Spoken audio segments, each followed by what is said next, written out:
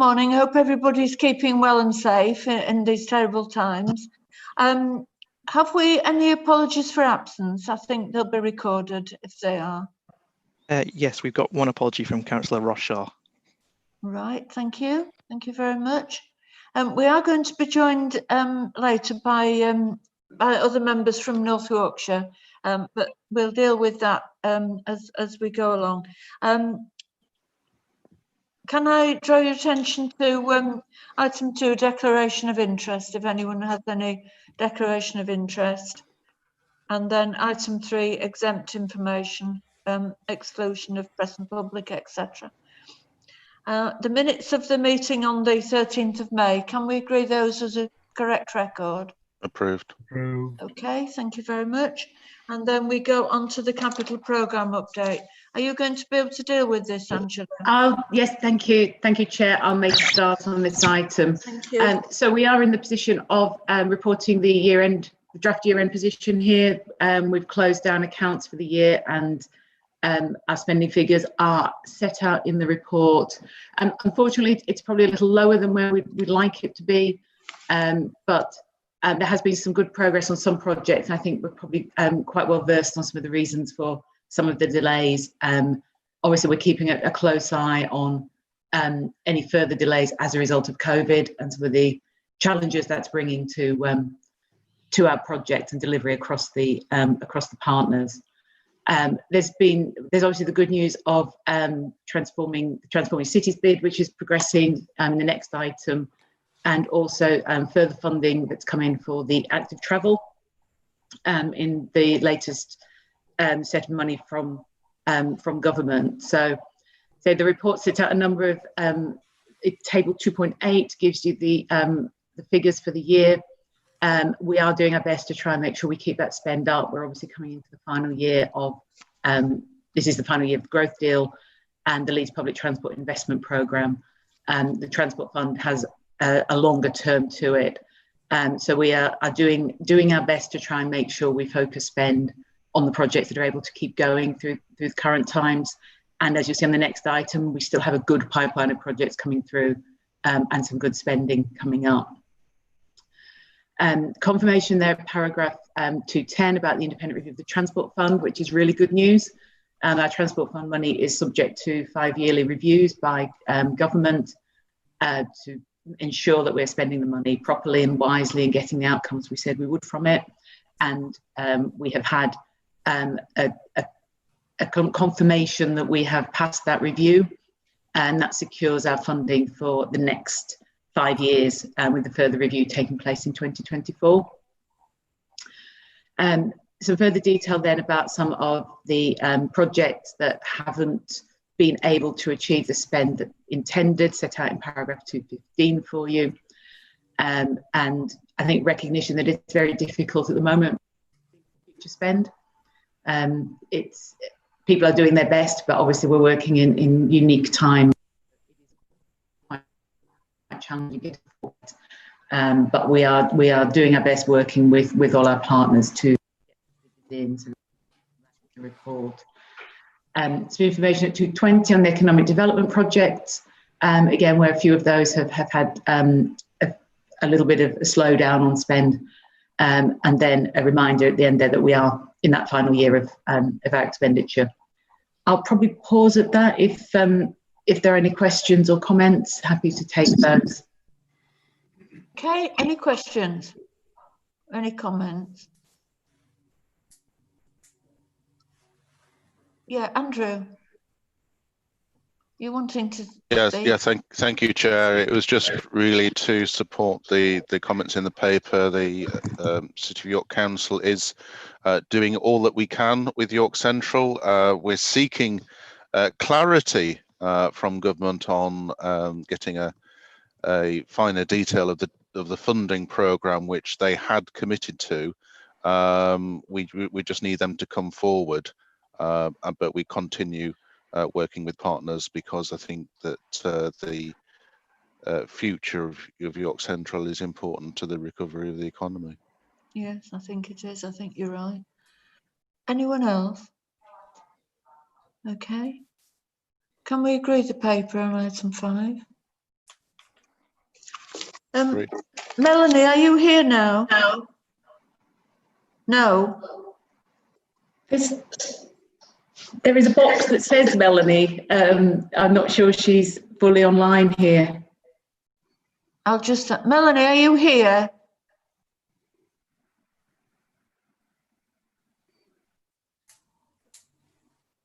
No. Yes, she is now. Oh, great. Okay. Thanks for that, Angela. Hi, Melanie. We're on agenda item 6. I think what we were going to do was to take the North Yorkshire leaders and officers first. So, not sure which order we're going in. Is the first one from Richard at Craven?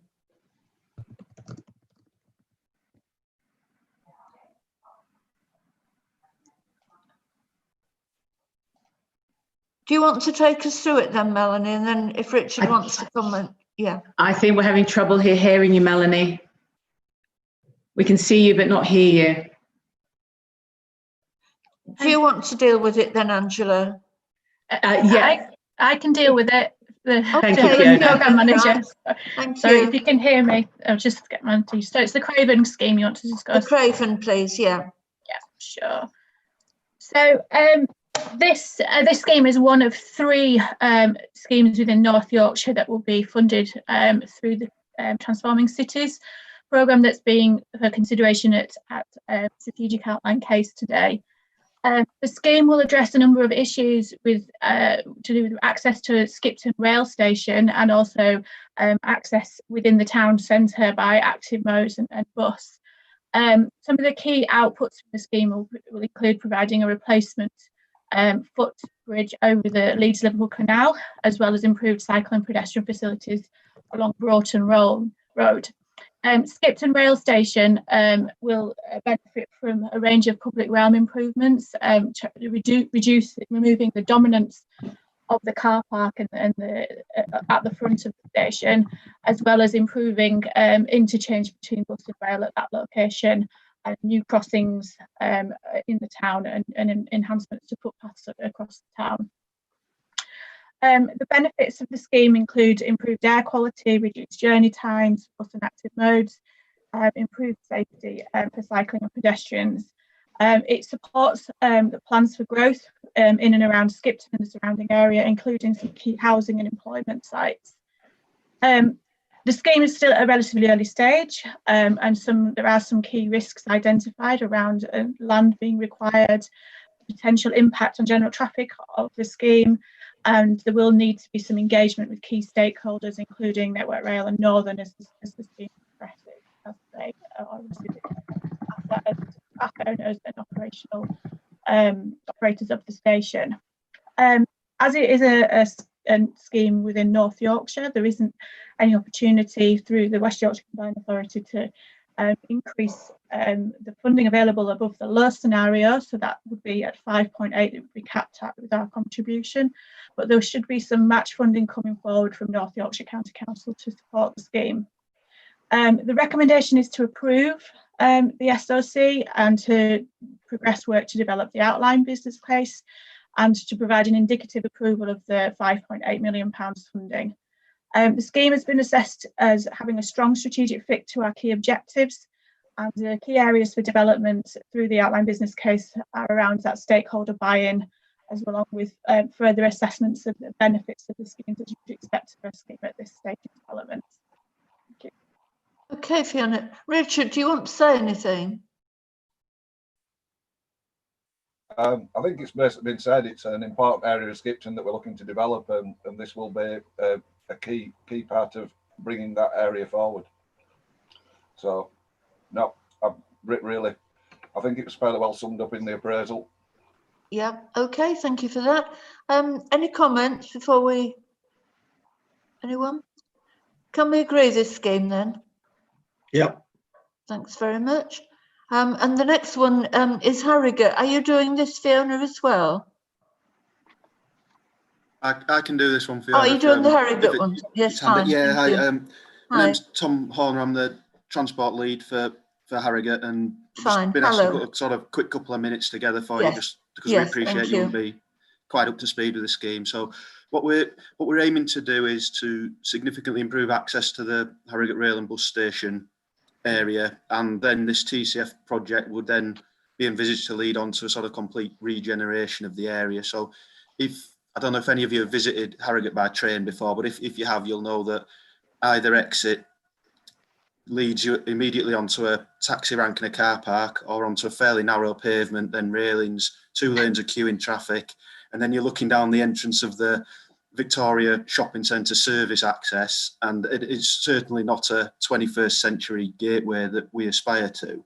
So in order to really sort of turn it into one and shift the focus away from vehicular access to low carbon sustainable modes, the project's going to deliver a reallocation of road space to create new walking and cycling routes, an improved interchange for passengers between the bus and the rail stations, a new cycling connection from the station gateway to the north of Harrogate, and this includes our most deprived area, a change in priority from removing the vehicle access from the town centre side of the station, relocating it and revamping the eastern access side of the station to ensure that we focus mainly on walking and cycling and bus from the town centre access point.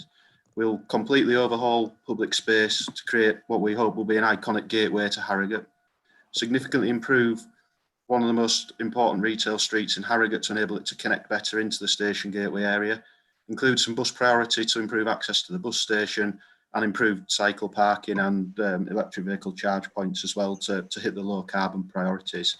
So we're doing this sort of, well, there's 4 key reasons that I've just pulled out briefly. The first one, sort of one of the key transforming cities objectives, which is to support inclusive growth. So the improved walking and cycling connections between strategic public transport services and deprived areas that provide significantly improved job opportunities for people both in West Yorkshire and York, and also in Harrogate, by enabling, it's a bit jargony, but first or last mile connections that are far better than they are currently. We want to encourage greater use of rail and bus across the Leeds City region. So effectively, we need to really ensure that as many people in Harrogate travelling elsewhere get on the train and vice versa. So there's opportunities to reduce congestion in Leeds from better access to Harrogate rail station. And it sort of also, it further supports the case for HS2 in Leeds, really. When you sort of think about how travel patterns might emerge, Harrogate people connecting from Harrogate will be accessing HS2 through Leeds. So more passengers and better passenger numbers and better access really improves the case for the HS2 further down the line, albeit it's a bit difficult at the moment. And then more locally, the TCF project is going to be the catalyst for a significant urban regeneration scheme that's currently in design stage with a developer, and that's going to provide homes that are suitable for younger people and town centre jobs. So like many areas, we're losing an alarming amount of office space, and this really significantly tackles that and improves the development. The developers are working directly with Network Rail and the bus operators to deliver improved bus and rail stations as well. So this is we see this very much as a starting point to a really significant regeneration of that part of the town. And I just, as a final, I'd just like to offer my thanks to colleagues at the Combined Authority and North Yorkshire for getting the scheme where we have, and we look forward, subject to your endorsement, to taking it to the next stage. Thanks for that, Tom. I think it is an important scheme. I do travel to Harrogate on the train, and I know the entrance very well. I've known it for years, so I think it will be something worthwhile. Does anybody else want to speak on this? Roger.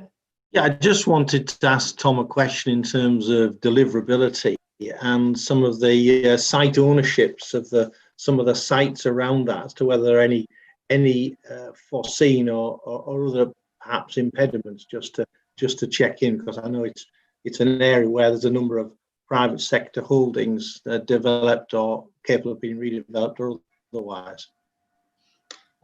Absolutely. So, yeah, it's a very good question, and what we've, because as you'll be aware, we're dealing with a very sort of constrained delivery date on the Transforming Cities Fund. We've focused this scheme very much on land holdings from ourselves as Borough Council and on the adopted highway of the County Council. So what we're aiming to do with with this project is improve the access into the area, and then the work with Caddick, who own the short stay car park and part of the development, and Network Rail, that would then come on in parallel and effectively lock into this Transforming Cities Fund scheme. So focus purely on the delivery of this TCF project. We don't see any land ownership issues because it's all within Borough Council or County Council ownership.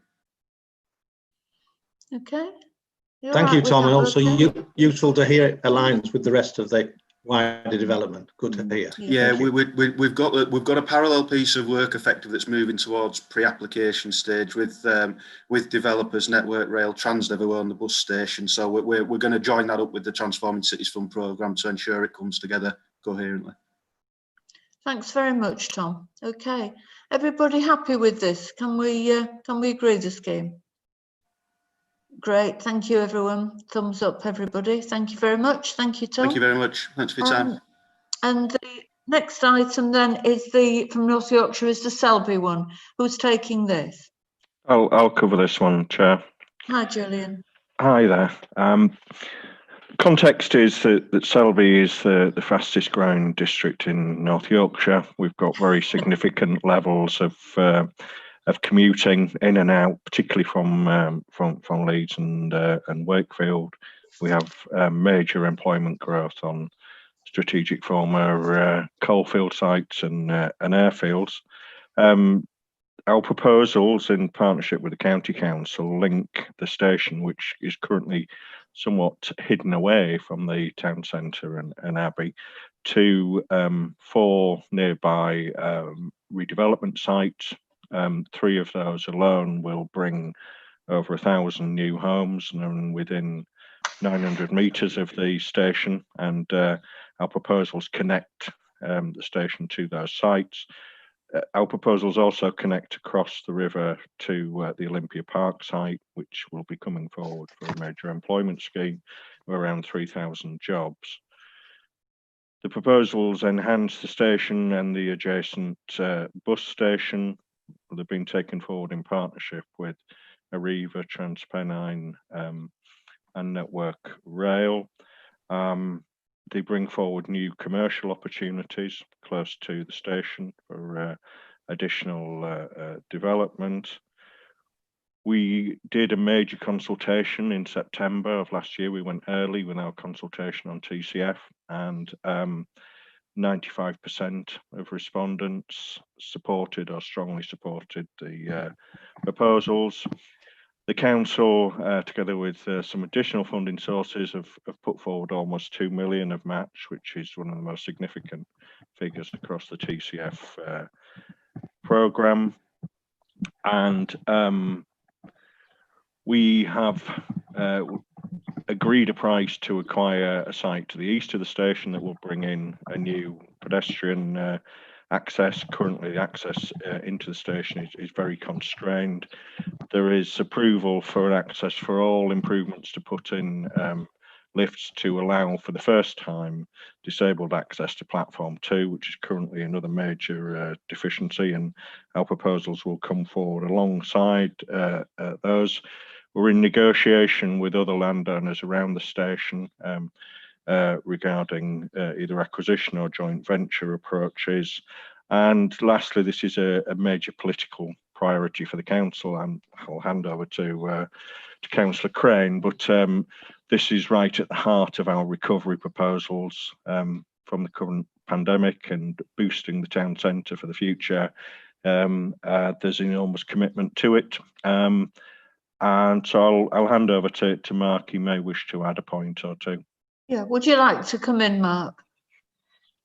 Not a lot to add to what Julian said. I think it's a scheme that's got the possibility to transform the centre of Selby, and given everything else that's going on at the moment, it would make it a lot friendlier for people arriving, particularly at the station, and gives us the opportunity to make sure people can get into Selby without the need to be crowding on one another. It would also be, from a tourist point of view, a massive boost, because when you come out of the station, you would see our wonderful Abbey. But nothing else to add. Thank you for the opportunity. Okay, thank you for that. I'm sure we all support this scheme. Are we happy? Can I have a show from people? Thank you very much. Thumbs up there. Thanks very much, Julian and Mark, for attending and taking us through your scheme. I think it's much worthwhile. Thank you. Thank you, Chair. Melanie, are you able to contribute? Yeah, can you hear me now? We can hear you, but we can't see you. Great. Right, okay. Yeah. Do you want to take us through the paper and talk to us about the cash flow issues? Oh, here we are. We can see you. That's great. Lovely. Great, finally. So are we going to look at item 6 then from the beginning now, in terms of the capital approvals? Sorry, so Melanie. The next one. Can you start again? It went off. Are you asking to just introduce item 6 and go back to the beginning of that, yes, of that item? Yes. Yeah. So we've obviously got a number of TCF proposals for you today, and the strategic outline case, but we've also got a few other schemes that are funded through different programmes as well. So the next one that we've got on the sheet is the A641, and Andy Norman's going to give us a brief overview on that one. Okay, thank you. Morning all. Morning. Hi there. Okay, so I'm going through the strategic outline case for the A641 Bradford Brighouse to Huddersfield corridor. The A641 forms part of the key route network between Huddersfield and Bradford and provides an essential link from Brighouse to the surrounding district centres and the M62 junction 25 by the A644. The scheme comprises of a series of interventions such as better walking and cycling facilities and bus priority measures proposed for delivery in Brighouse Town Centre and along the A641 corridor. Additionally, the scheme will make enhancements to the highway capacity with improvements to selected junctions, ring roads and roundabouts, and deliver new highway links. The scheme is to be funded from the West Yorkshire Transport Fund. The scheme will improve journey times and journey reliability for all modes, enhance multimodal travel opportunities, and reduce congestion levels, contributing to carbon reduction and better air quality. This scheme will also allot land for employment and sustainable housing growth in the South East Calderdale area and support delivery of the Clifton Enterprise Zone. It will also support the inclusive growth principle of a better quality of life by enhancing multimodal connectivity and access, which will create better opportunities for travel to employment, education and housing to and from Brighouse Town Centre and the associated routes along the A641 corridor. Clean growth will be achieved through the provision of new and upgraded services and infrastructure that promotes sustainable travel. It should also be noted that delivery of new highway links will include provision of active modes and public transport, and these will be designed with priority in mind.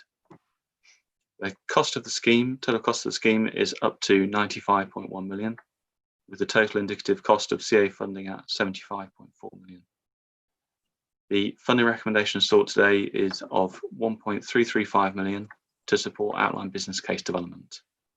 So the decisions we're looking for today from the investment committee is to recommend to the combined authority that the A641 Bradford Huddersfield corridor proceeds through decision point 2, work commenced on activity 3, which is the OBC. An indicative approval to the combined authority's contribution of 75.54 million to be funded through the West Yorkshire Plus Transport Fund is given with full approval to spend being granted once schemes progress through decision point 5. The additional development costs of 1.335 million are approved to take the scheme to decision point 3, and then we enter into a funding agreement for those costs. Okay, thank you very much for that. Any comments? Jane?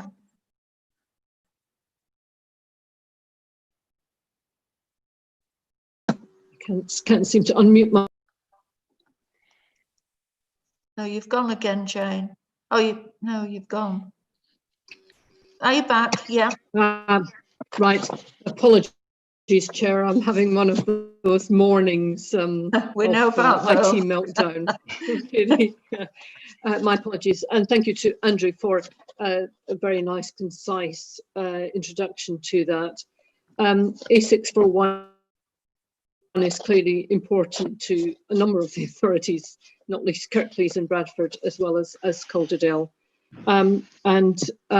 This is really a scheme which is crucial really in terms of authorities that are often around the M62, but it has evolved a bit in terms of thinking very much more about walking, pedestrian access, making those places much more human scale.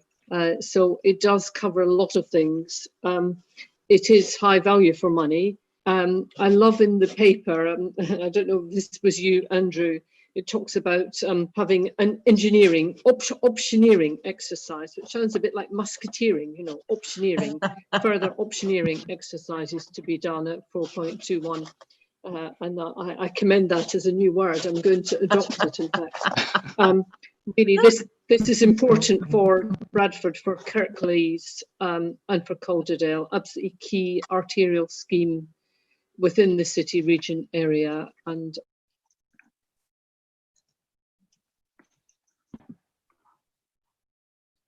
okay. I think Jane's, I don't know whether Jane quite finished, but she's mooted now.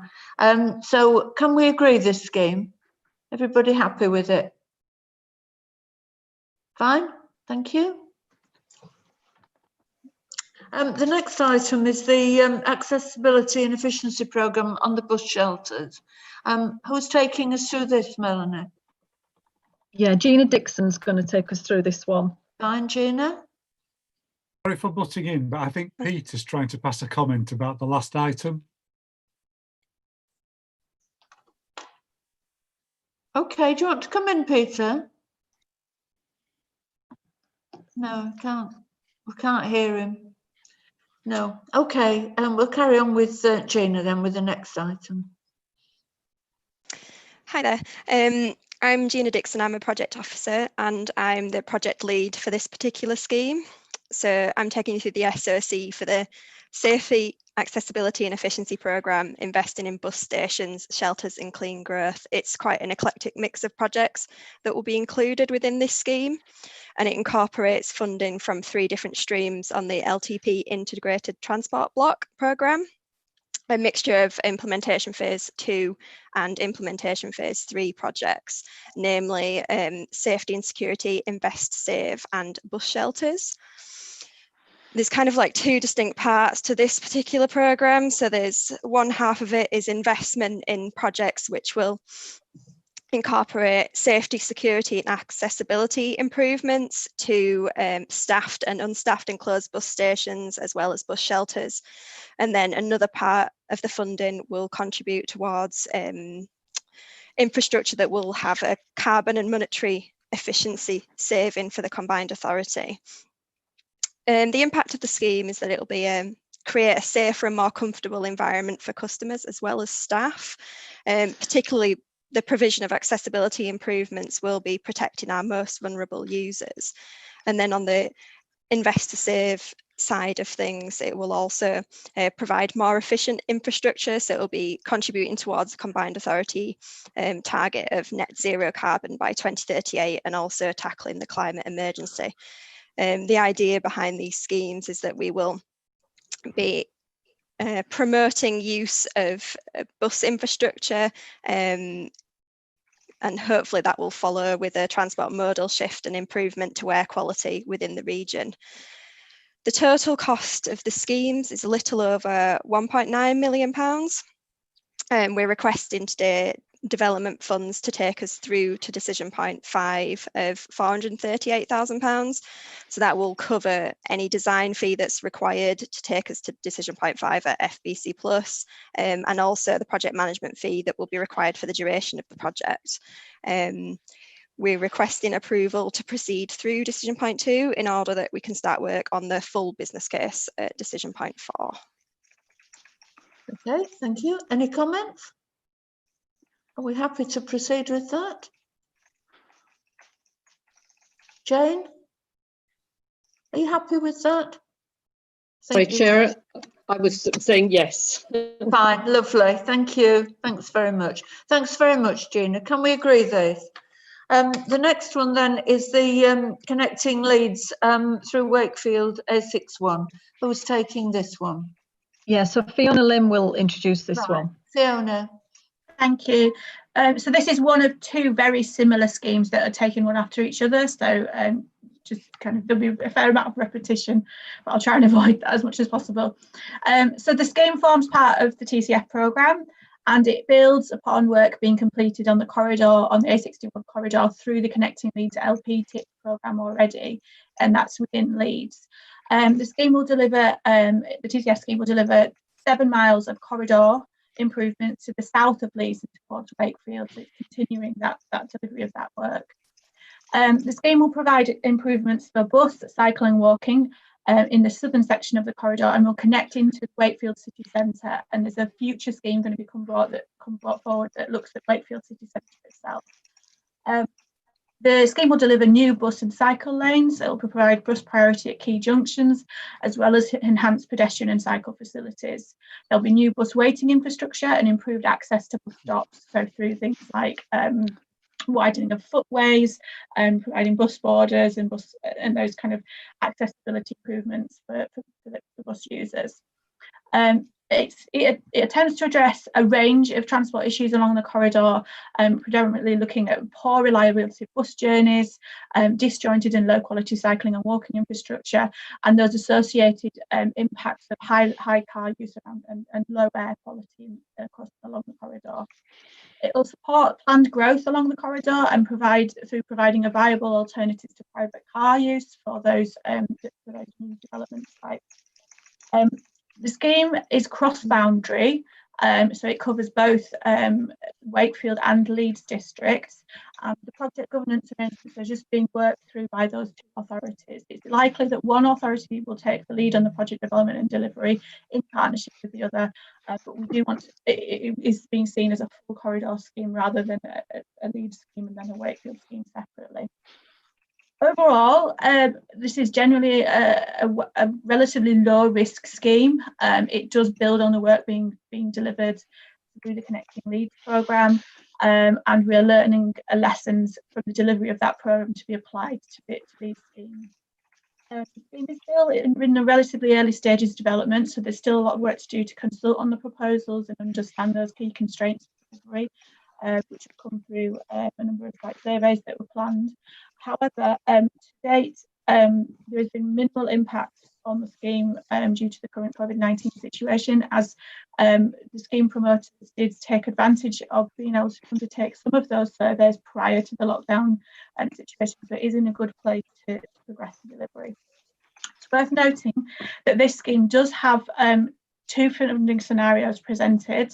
One in the low, it is funded in the low scenario through Transforming Cities, but there is further enhanced options in the higher scenario, and the scheme is still able to be scalable in those different scenarios. So when the outline business case is brought forward, if approved to do so, it will be presented with those different funding scenarios, and a decision will be made at that point as to what the scope of the scheme is, and that's being aligned to the funding strategy that's being developed for the wider delivery of the TCF programme.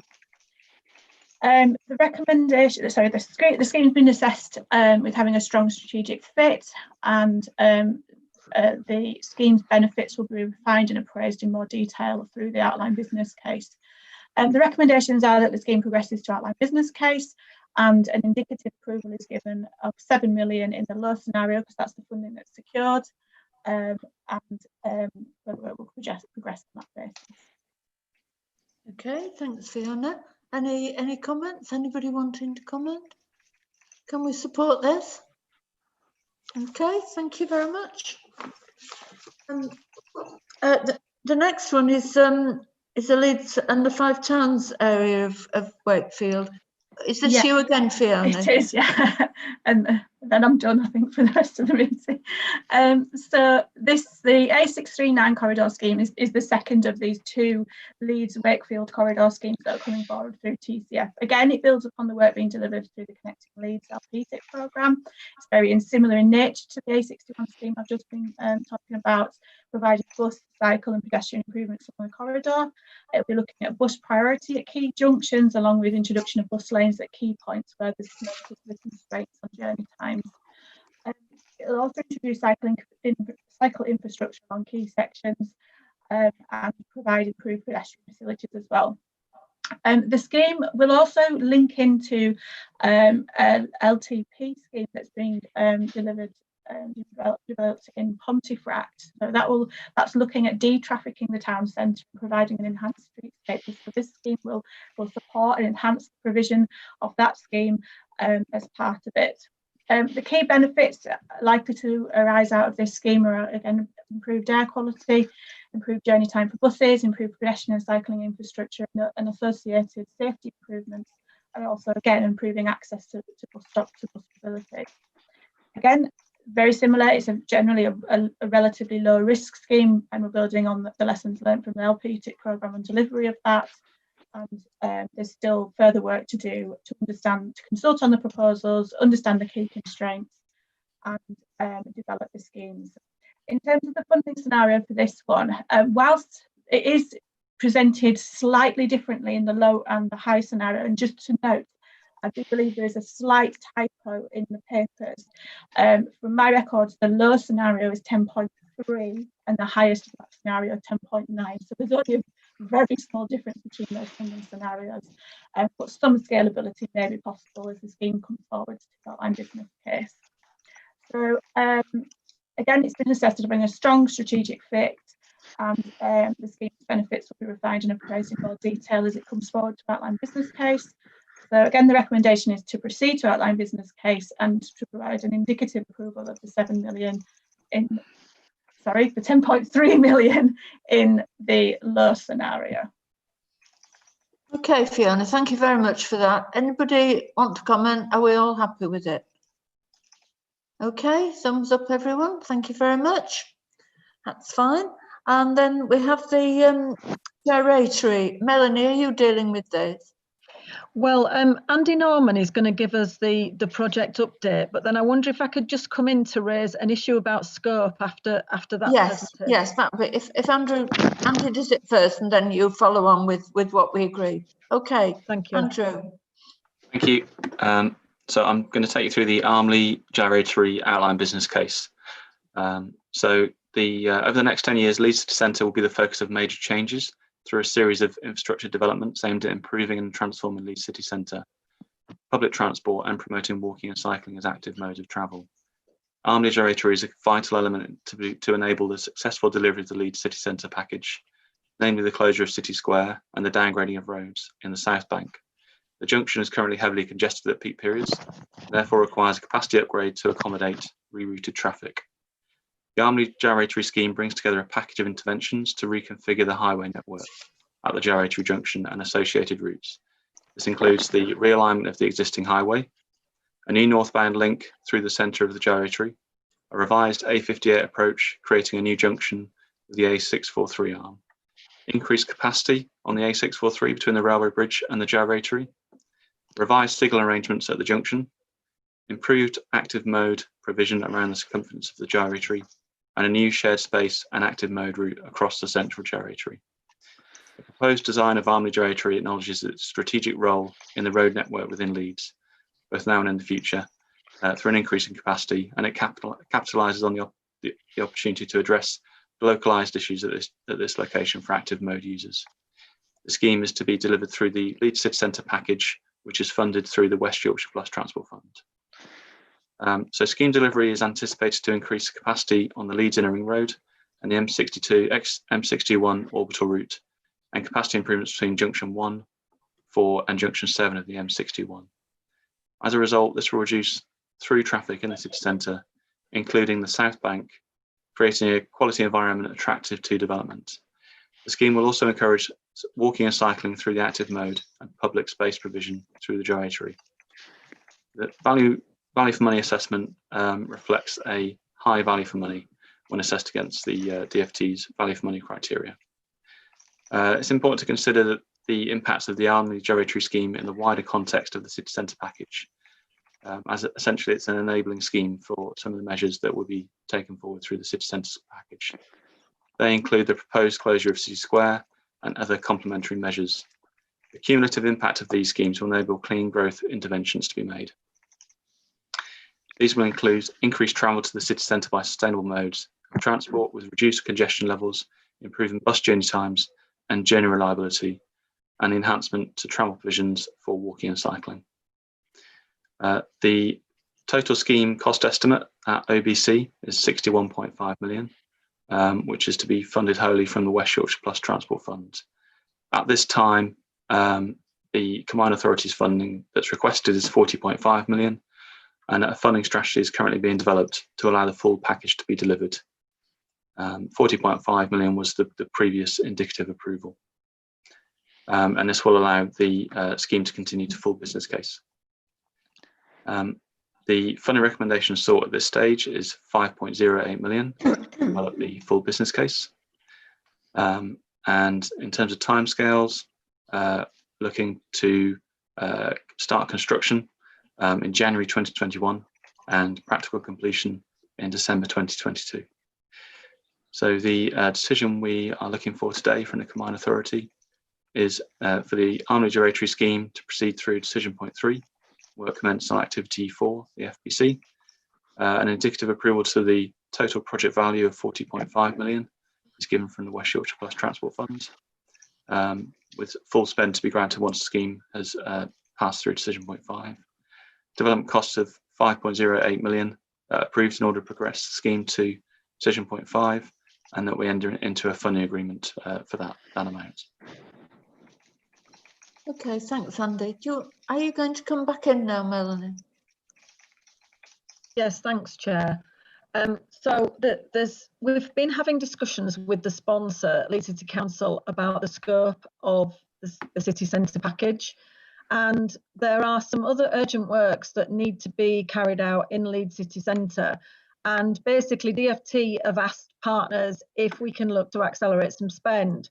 Now, we're having discussions with Leeds about whether we could extend the scope of the city centre package to include another scheme, the A64 Regent Street, to accelerate spend this year, but not to increase the total transport fund allocation for the package at this stage. So it would just be a case of accelerating an element of the scheme at this stage. So we'd like to add in an additional recommendation to members, and we'd like to suggest that work continues to further explore the scope with Leeds City Council of the Leeds City Centre package, with a view to including A64 Regent Street at no additional cost to the Transport Fund, and future approvals to be delegated to the Combined Authorities Managing Director. So providing the scheme stays within the cost envelope, we could agree any sort of scope changes at that point through officers. So this is really a cash flow situation that we're barring it across. Yeah. It is, yeah. Any comments? Can we agree this? Thanks very much. Thank you. The next one is the Home First at Town Centre. Who's taking this? This is James Bennett is going to present this for us. Okay.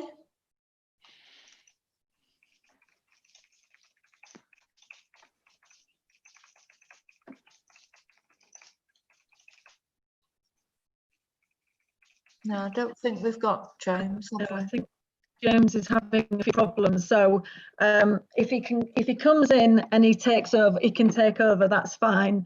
But in the meantime, I'll just introduce the item. So this is part of the corridor improvement programme for phase 1, and they've been working on an outline business case for some time.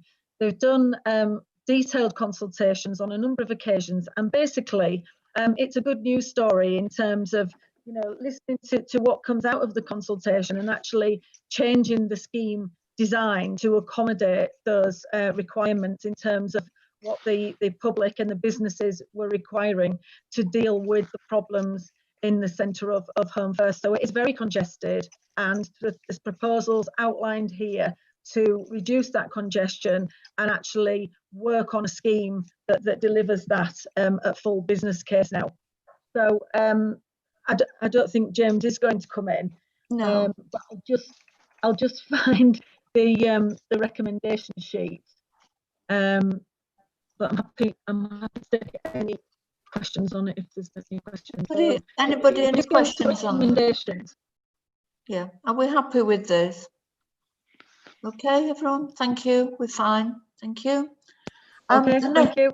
The next item is the City Centre, Church Street at Kirklees.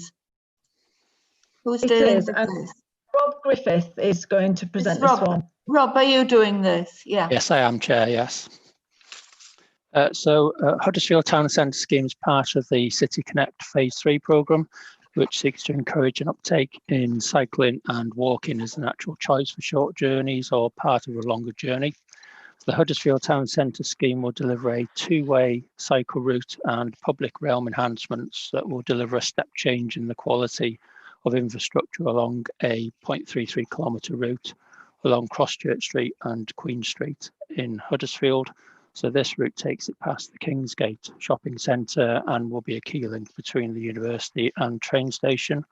So as a result of the scheme, this will reassign motorised vehicle traffic away from this central town centre route and give greater priority and accessibility to pedestrians and cyclists.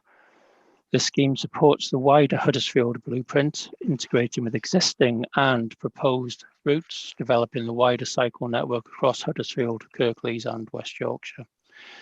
The scheme supports inclusive growth and a better quality of life by enhancing the urban environment and streetscape, promoting economic growth, supporting improved air quality, encouraging active travel of walking and cycling and its associated health and well-being benefits, and improves connectivity and access to employment, retail and education via a low-cost, sustainable mode of transport. The value for money assessment classifies the scheme as high value for money when assessed against the DFT value for money criteria. So this report seeks approval for indicative funding for the total forecast value of the scheme of 2.09 million, which the combined authority will fund 1.291 million from the West Yorkshire Plus Transport Fund.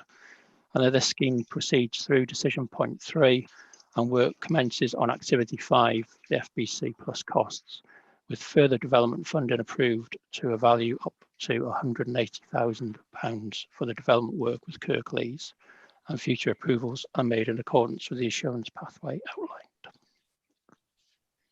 Okay, thanks, Rob.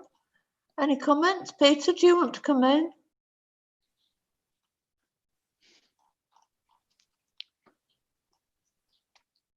I think, Peter, there's something wrong with the microphone. We can't hear you.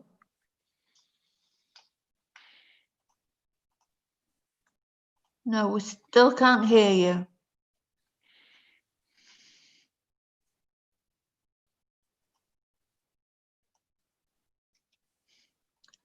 No, it's very frustrating for you, I'm sure. I don't know whether you can hear me, but I can see the expression on your face that you're fed up with this, but we can't hear you at all. So I'm hoping that you're in support of this scheme. You put your hand up. Yes, you are. Okay, can we agree that? Thanks very much. The next one is the Calderdale scheme. Who's taking this? Hi, Chair. I'm taking you through this one, Halifax Station. Fine, thank you. Okay, so this is the Halifax Station Gateway outline business case. So the Halifax Station Gateway project will deliver a transformational redevelopment of Halifax Rail Station. It's part of a wider package of Transform Cities Fund interventions called the Halifax Walking and Cycling Transformational Package, but is also within the Transport Fund as well. The scheme includes the demolition of the current approach bridge and the construction of a new 2-storey station building and pedestrian bridge, improving connections to Halifax Town Centre. It will also involve reopening the underpass connecting the station to the eastern side of the railway and the Nestlé site, changes to the Nestlé site to provide connections into the Hebel Trail, and the creation of amenity space to the south. To the south, the arrangements for parking and access to the Eureka Vista attraction will be reconfigured to allow for changes in parking in front of the new station building. Along with the physical improvements to the station and the surrounding area, the scheme aims to improve accessibility and perceptions of Halifax Town, promote rail use as well as interchange with other transport modes, especially bus and cycling and walking. The scheme also seeks to encourage investment in development sites around the station through improved public spaces. These should in turn have wider environmental and carbon impact benefits. The scheme aims to increase the use of sustainable modes of transport, so rail, bus, cycling and walking, leading to a reduction in carbon emissions. The cost of the scheme, total cost of the scheme is 33.621 million, subject to match funding, with a total indicative value of combined authority funding of 27.1 million. This consists of 10.6 million from the West Yorkshire Plus Transport Funds and 16.5 million from the TCF, Transforming Cities Fund. The funding recommendation sought today is of 4.031 million, which is to take the scheme through to full business case, decision point 4. So in terms of the decisions we're looking for, it's for the investment committee to recommend to the combined authority that the Halifax Station Gateway project proceeds through decision point 3, work commenced on activity 4. An indicative approval is the combined authority's contribution of 27.10 million, which is made of the 10.6 from the West Yorkshire Plus Transport Fund and 16.5 from the TCF fund, is given with full approval to spend granted once the scheme is passed through decision point 5. Additional development costs today of 4.031 million to be approved in order to progress to full business case, and that the combined authority enters into a funding agreement for that amount. Okay, Andy, thank you very much. Jane.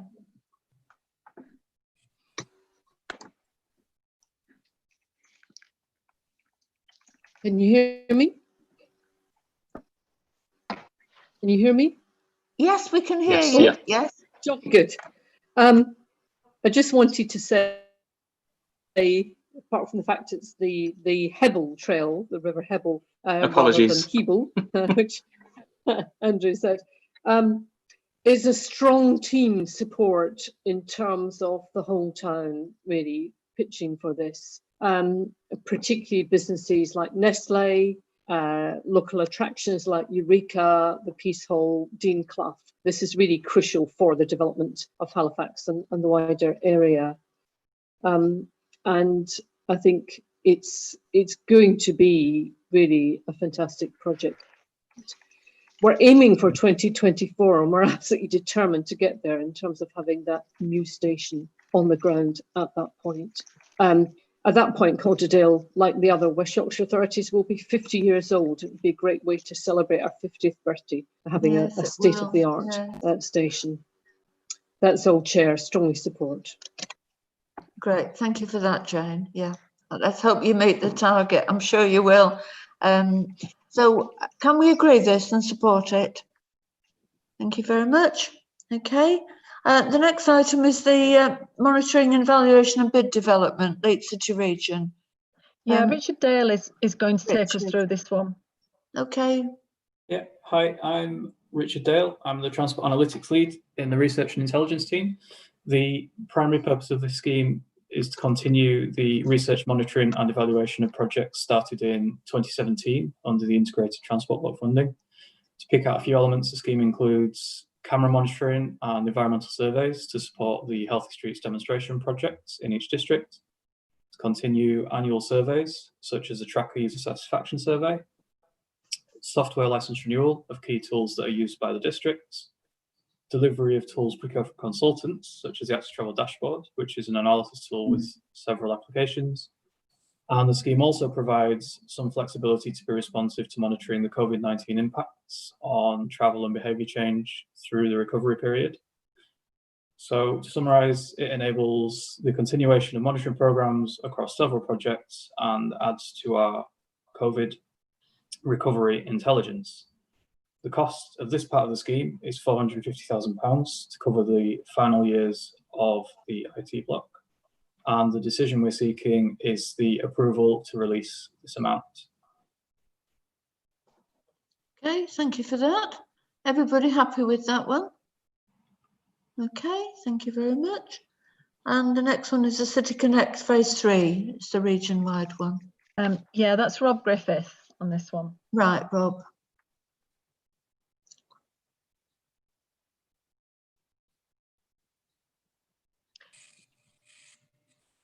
Just on this one, Chair, these are the schemes that are listed that are that have been delegated to the managing director. Yes, they have. Yes. Yeah. So at paragraph 311, it just gives a summary of the schemes that you've considered before, but they've just been delegated to the MD. So the City Connect Phase 3, there's Halifax Bus Station, there's Leeds Transport Model, and there's Wellington House Office Accommodation. Yes. Yeah. There is another one, Chair, that I just wanted to raise, and it's the Emergency Active Travel Funding. Yeah. So you'll be aware that the government have identified a pot of funding for local authorities and highways authorities to introduce some temporary active travel measures to encourage a modal shift, really, so that we don't get an increase in car usage and we can promote active travel in our areas. So there's a small window of opportunity to look at this. And basically, an indicative allocation has been given to the West Yorkshire area for 12.567 million. The first tranche of that is 2.513, and basically we are recommending we're asking the investment committee to recommend to the combined authority that the emergency active travel funding work commences on activity 6, which is delivery, and that approval for the expenditure of the DFT funding is allocated to the combined authority, and presently this is the 2.513, but this could vary as the final allocation is dependent upon the satisfactory plans that we submit. And then we want to allocate the funding between the combined authority and the 5 West Yorkshire partner councils, and that's delegated to the managing director. Okay, thanks for that, Melanie. Are we all happy with that? Fine, okay. So we've agreed all those schemes then. I think that's a good morning's work and lots of money spent, but it's all been worthwhile. We move on to item 7 then, the recovery, COVID recovery plan. Who's dealing with this? Ian Smythe is presenting this one, Chair. Fine. Hi, Ian.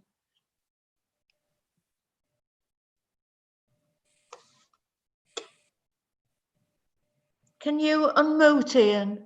Sorry. Do you know that's the first time I've done that for weeks? On mute. Thank you for the opportunity to update you on the work of the Economic Recovery Board. Conscious this will have an impact on the business of this committee down the line as we accelerate some projects off the back of that work.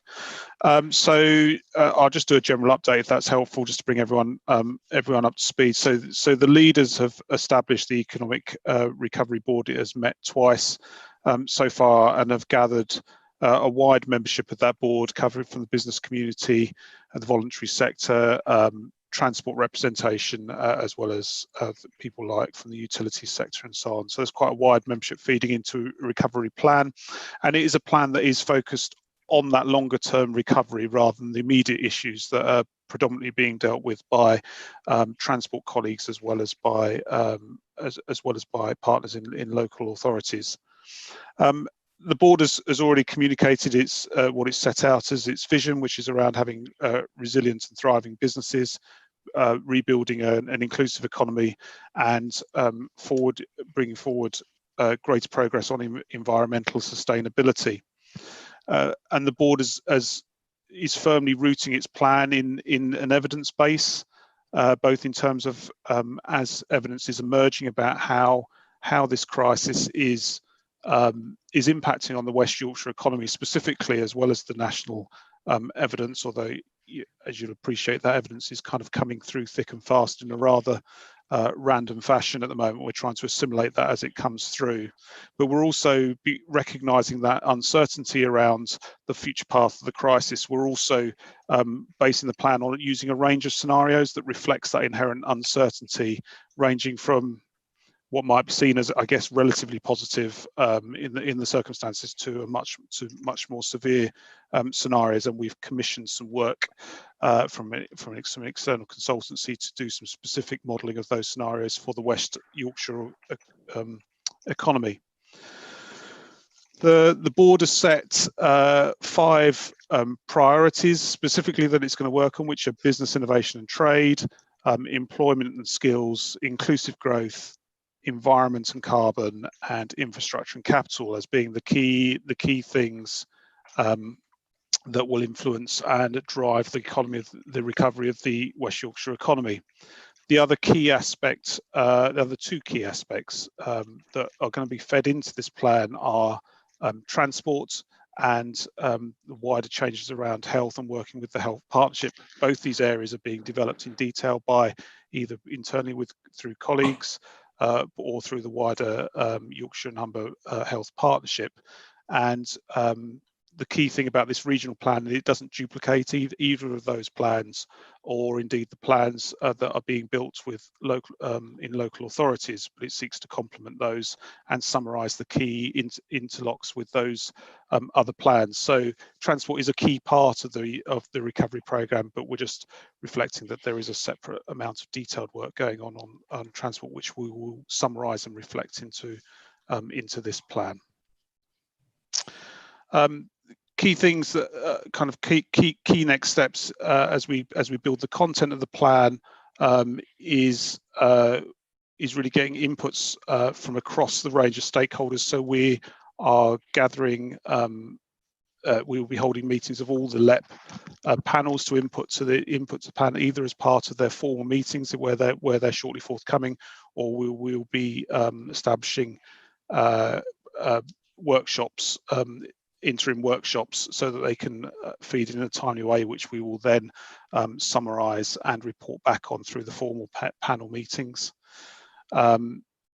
We've put in place groups that help us interlock with local recovery plans. So senior officers that are leading the local recovery plan development are meeting to discuss on a regular basis the regional plan to make sure we've got the right interactions. And Councillor Susan Hinchcliffe, who is chairing the Recovery Board, has been holding detailed one-to-one sessions with individual Recovery Board members. So we're gathering a lot of input at pace with the aim of having a draft plan ready for the Recovery Board to consider at its meeting this week. And then we'll hopefully, if that is then in a place that the Recovery Board is happy with, we will then start putting in plans place plans to finalise that plan in the near future. Okay, thanks very much, Ian. Any questions on that?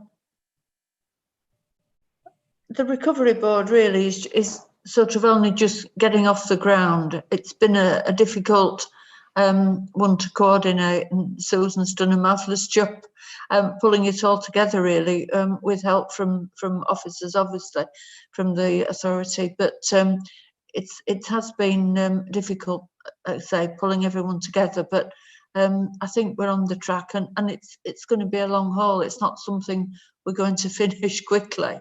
These recovery plans, I think, are going to be with us for some time. So thank you very much for that, Ian. Does anybody want to make any comment? So can we note the report, and we'll hear more when we meet again. Thanks very much, everyone. I'm sorry it's been frustrating for you, Peter. I can see that how fed up you are, but we'll have to hope that you contribute the next time. Thanks very much, everybody, and keep safe, and hope to see you all soon. Take care.